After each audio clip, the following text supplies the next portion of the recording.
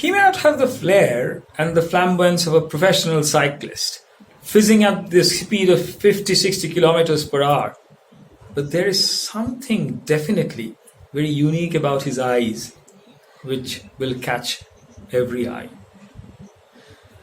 Asked once, this gentleman called Samrat Maulik, that what brought you close to the cycle or the bicycle? He said that, well, I wanted to transcend beyond geographical boundaries on a tool or an instrument which is very easy to move around in and which will not catch the attention of other eyes. Unfortunately, less did he know that he had those sparkling, twinkling eyes which will attract everyone on the road that he crosses. He chose the most common mode of transportation from the past, and I'm sure in COVID-19 days, it has clearly shown us that that's the vehicle of the future. Samrat Maulik, is a man on a mission, and I think he was in the IT business, IT industry.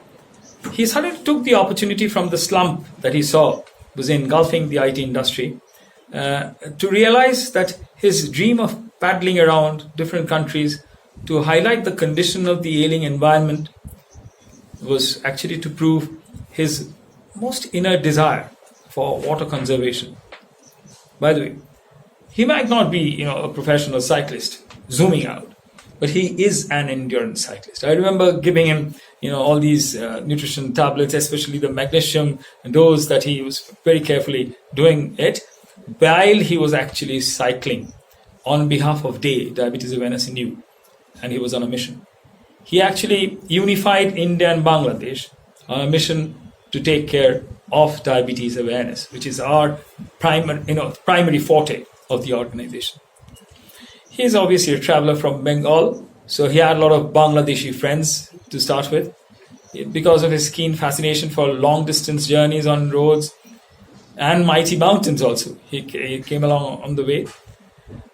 I believe whenever I used to meet, when the course started, we actually had 22 districts in Bangladesh that we covered. We flew together to Bangladesh, and we initiated the movement from Dhaka. And this was on an auspicious day. It was a SARC meeting, Beyond Diabetes to 2030. That meeting, all the dignitaries of the SARC nations came, and they flagged him off on his journey. And his insatiable desire to test his mettle on the uncertain roads, the beauty of nature, and to come back with all these inspiring stories of hundreds and thousands of people that he has met during his journey has given us some revelation on the vast dichotomy or the vast spectrum of people, creed, color, race, all kind of not interfering anywhere, but the commonality was diabetes. And he, I believe, enjoyed his ride with all his surroundings that he passed by. He met new people, inspired them, and they inspired him as well. And I think every successful journey like solidifies one's longing for greater miles and higher peaks. And he has come back. We met again. I was there in Agartala receiving him when he crossed the Aghora border, and he came and we met. He was actually longing to be there with me.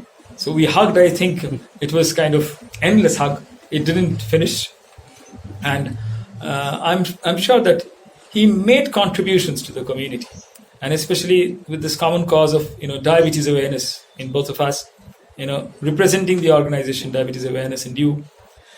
He has not only educated people, about a lot of awareness tips. He has also helped, society and at large by doing so. Whether it was rich culture or poor livelihood, he dealt with everyone with care, with a lot of passion, and with his tender love. And I'm sure he has achieved a milestone.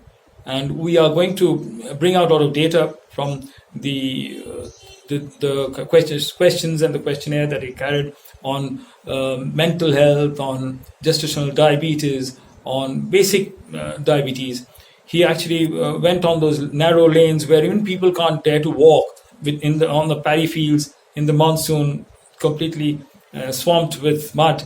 But he made it, and he has come back with a lot of data for us. And I wish him success for his next journey in life. May he continue doing the good work. And thank you, Samrat. And thank you, Day, in particular, Indrajit and the team, to think of such a two country. We call it Tour de France, 2-day diabetes care.